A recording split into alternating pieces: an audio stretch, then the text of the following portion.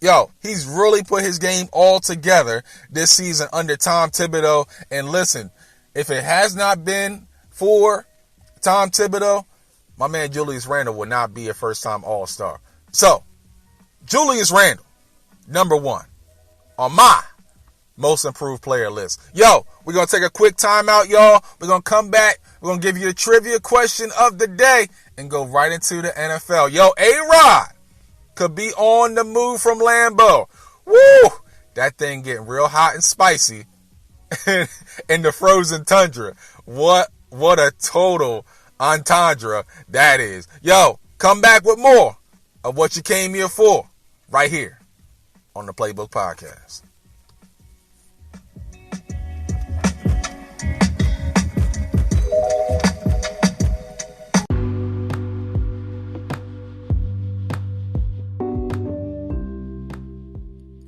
To make my own podcast, but I was reluctant because I felt like I needed all these different tools and gadgets and microphones and computers just to make it happen. But then I heard about the Anchor app and it made it so easy to make my own podcast. Plus, it's free. There's creation tools that allow you to record and edit your podcast right from the palm of your hand with your phone or your computer. Anchor will distribute your podcast for you so it can be heard on Spotify, Apple Podcasts, and many more. You can make money from your podcast. You can make money from your podcast with no minimum listenership. It's everything you need to make a podcast all in one place. Download the free Anchor app or go to anchor.fm to get started.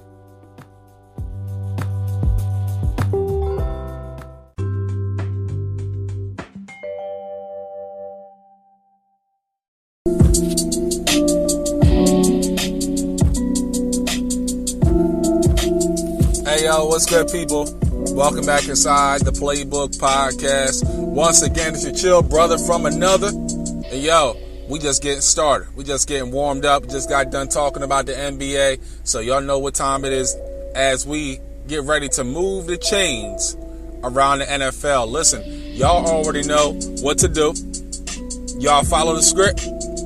There's no need to quit. And y'all continue to follow us on Spotify, on Anchor, on Spreaker, on Google Podcasts, and all of your other podcast needs as we continue to proceed to bring the barbershop to your podcast. All right, listen, let's get into the trivia question of the day. And the trivia question of the day, it's a little funky one. It's a little bit, make you think a little bit, make you ponder, make you really use your brain cells today. All right, so the question is, which two teams from around the NFL formed one team during the 1943 season because they both lost so many players to World War II? I'll say that again. Which two teams combined to become one team during the 1943 season because they both lost so many players to World War II? I'll let you guys sit, ponder, marinate on that for a second, and we'll get back to that answer to that question when we come back for college basketball rumors and news. All right, so without further ado, let's get into moving the chains. So what moving the chains, y'all? Yeah, we just had the NFL draft, and we had some surprises here and there with different teams taking some guys that I have no idea what in the world that they were thinking. But that happens a lot with the NFL draft. And this is the season where sometimes your general manager wants to feel like he's the smartest person in the room instead of just doing the KISS system. Oh, y'all don't know what the KISS system is. All right. Well, KISS means keep it simple so you don't be stuck on stupid. All right. So I'm just trying to understand what the Cincinnati Bengals are actually doing. You have Joe Burrow under center, right? And he's just coming off of an ACL injury. And instead of securing your offensive line with a guy like Peneso, who's right there at 5, Instead, you're like, well, how about we get Joe's old running mate at LSU, Jamar Chase, and let's bring him to Cincinnati. But will he be able to throw the ball to Jamar Chase if you don't have a great offensive line surrounding him? Earth to Cincinnati. If you're trying to be a contender, you got to start from the inside out. Just a thought. Just a thought. They were part of that crew, Cincinnati anyway. But let me show some love to the New York Jets. The New York Jets, they look like they finally got a little bit of act right after everything that happened with Sam Darnold and them going ahead and trading the young guy from USC, who's now with Carolina. He's in a better situation, seemingly. New York went ahead and drafted Zach Wilson, as we all expected them to do.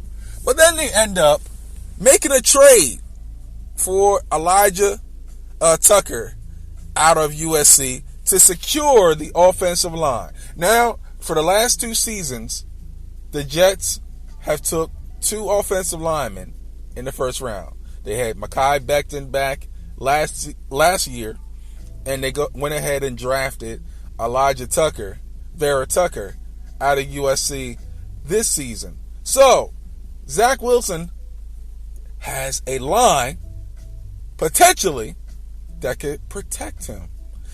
Cincinnati, come on, y'all gotta read me. Get the memo now, all right? Then they went ahead and secured more of their offensive line, drafted a couple of wideouts as well, and made sure that Zach Wilson was in the best position to succeed. Okay. Putting your rookie quarterback in the best position to succeed. Sophomore quarterback, not really in the best position to succeed. We'll see what happens in Cincy, right? Okay. So, then the Chicago Bears, they did a great job with this draft. I got to give Chicago some credit as well. They went ahead and traded up for Justin Fields. So now they got Justin Fields, Andy Dalton, and Nick Foles on the roster as their quarterbacks. And, you know, San Francisco seemed like they were all in for Mac Jones, and it ended up being a smokescreen for them to go ahead and get Trey Lance, which I actually love the pick. I absolutely love the pick of them getting someone like a Trey Lance. I would have preferred Justin Fields, but Trey Lance has a lot of upside. 20 years old, big, strong guy. Someone that can roll out the pocket, someone that would actually fit a Kyle Shanahan type of offense. Although San Francisco's already a strong running team, but having a guy that can roll outside the pocket, and make plays for an offense that's catered for you making plays outside the pocket, especially when you have a George Kittle and a Deebo Samuel. This fares all good for Trey Lance. He needs 2 years. And then San Francisco can be like, all right, we believe he's ready. I think he does need 2 seasons before he's actually ready to take the reins of the San Francisco 49ers. So that may exactly mean that Jimmy Garoppolo is going to stay put in the Bay. That's just my take. Now, if New England comes calling, San Francisco, you might want to go ahead and listen. I'm just saying. Imagine. Let's just imagine, y'all. Use your imagination, just like the Temptations. Just your imagination. Don't let it run away from you. But I'm just saying. Cam Newton going to San Francisco for Jimmy Garoppolo, maybe a second-round pick or maybe a third-round pick next year. And you got a guy like Cam. And then Trey Lance. Yo, you talk about athleticism at the quarterback position. Woo! That would be amazing if that were to actually go down. And I do feel like Cam has a little bit in the tank left to actually do something. Especially, I believe, if he's surrounded by a contender like San Francisco is. But we'll just have to see what happens with that. Also, guys, show some love to my team, the Los Angeles Chargers. You know, we got Rashawn Slater out of Northwestern. Had a couple of great picks as well. I think we got the wide receiver from Tennessee, Palmer, as well as got a couple of great guys. Got a good couple of good pickups as well. I believe we got a running back, solid running back. Oh, we got Ahsante Samuel Jr.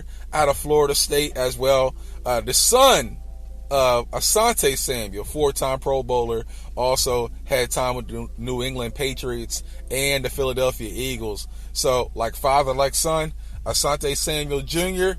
is just as much as a ball hawk as his pop. So, 2 great pickups in round 1 and 2. Some complimentary pieces within the rest of the draft. Chargers, great job. Great job in the draft. Well, we were just talking about the San Francisco 49ers, right? And a quarterback, and I'm sorry, really, the MVP. Let me put some respect on his name. The MVP of the National Football League has an affinity for the San Francisco 49ers because that was his favorite team growing up. Well, that might actually be a possibility. Aaron Rodgers says, "Yo, listen, I can't do it in Green Bay anymore.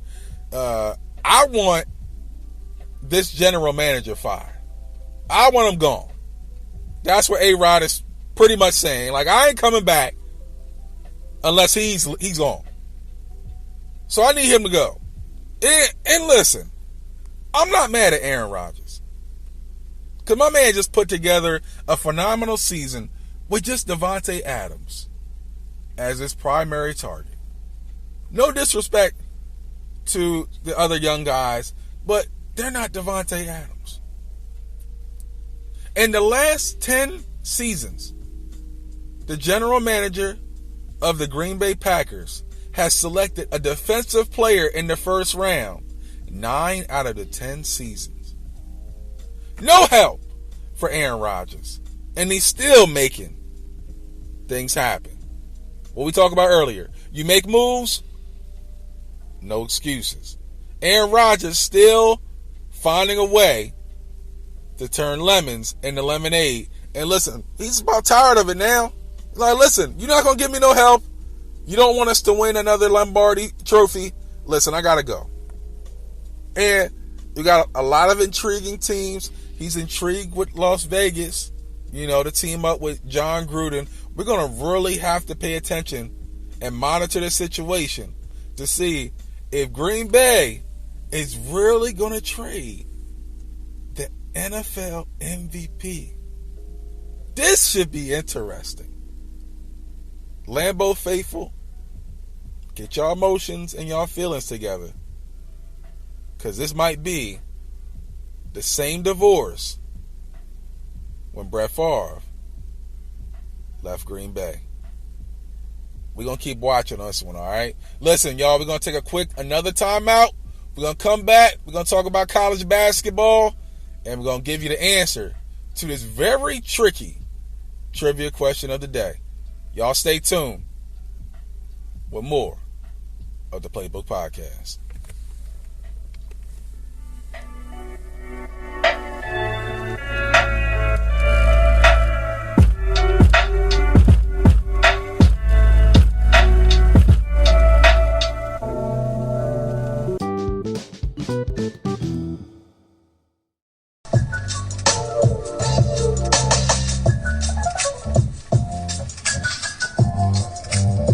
Yo, welcome back, family, inside the Playbook Podcast. Once again, it's your chill brother from another.